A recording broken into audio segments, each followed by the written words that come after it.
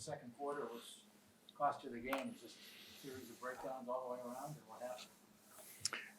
I thought we had opportunities to score in the first half, just didn't capitalize, and it seemed like everything they shot was going in. It's tough to win a lacrosse game when you're giving up 11 in the first half.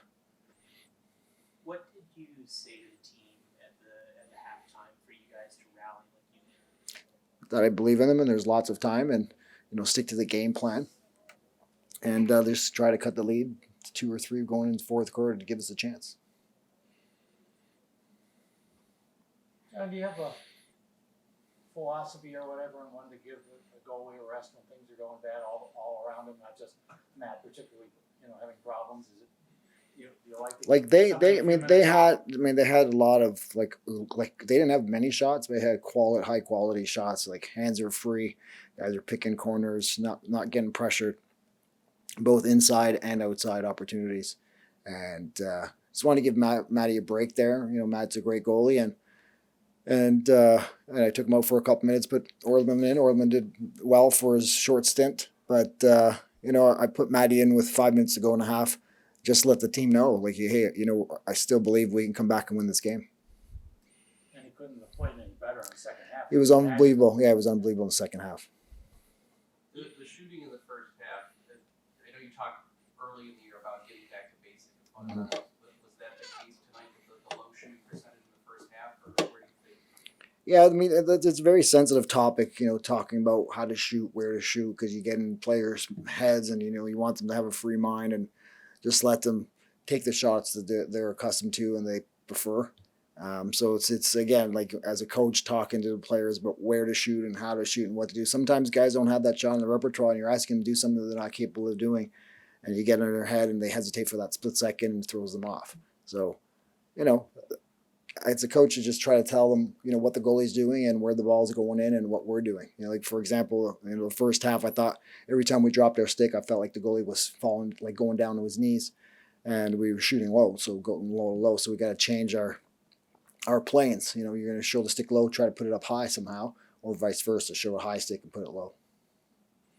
There's no group of guys in the NLL right now that know winning like the guys in that locker room over the last 4 years, but the start to the season hasn't gone like the last few years. What do you say to the guys after this 1/3 of the season? Yeah, definitely. After 6 games, that's a third of the season. We're 3-3. The game was 12-12, 2 minutes to go. We score that 13th goal. We're all happy. Everything's great. We're 4-2. Not bad. So it's like we're not far off. But teams are coming in to knock us off every game. We won the championship last year. We were coming in. You're playing in front of 15,000 people. Everybody seems to be at their best when they play against us. And we got to accept the challenge. We just can't show up and win, and to rely on our skilled players. It takes a full 60-minute game today. I thought we had a good 30-minute game, right? So we can't take anything for granted. And we know New York's a good team. They match up well against us, and they show that again tonight. I know there've been obviously several Tucker Williams nights here and all that. I'm sure it's still a special night for him. Definitely, it's probably the most special night of the season for us, and it's nice to see Sean and celebrate Tucker. And cancer is a tough disease, and affects a lot of people. It doesn't discriminate against anyone, and I at halftime I also mentioned, ironically it's cancer night, and one of the sayings with cancer is never give up, and that's why I told him never give up. And to the team's credit, even though we fell short, the guys didn't give up, and they made a valiant effort trying to come back and win that game. What can you say about Dhane now moving up on the all-time points list? Obviously, the loss is what matters the most, but obviously huge accomplishment, and the only person ahead of him now is you. Yeah, well, I probably won't play him as much now, so he doesn't catch up to me.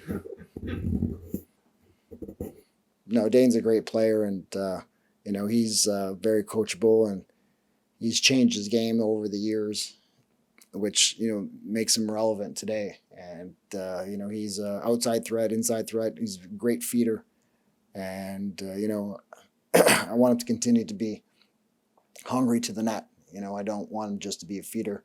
I want him to, be Dhane Smith and be aggressive and shoot that ball. And you can see he's not shooting the ball as often as he has, but he's still finding ways to be productive. And it's a huge feat to be second all time Buffalo scoring, and he still has many years to go, and I'm sure he'll catch up to me eventually.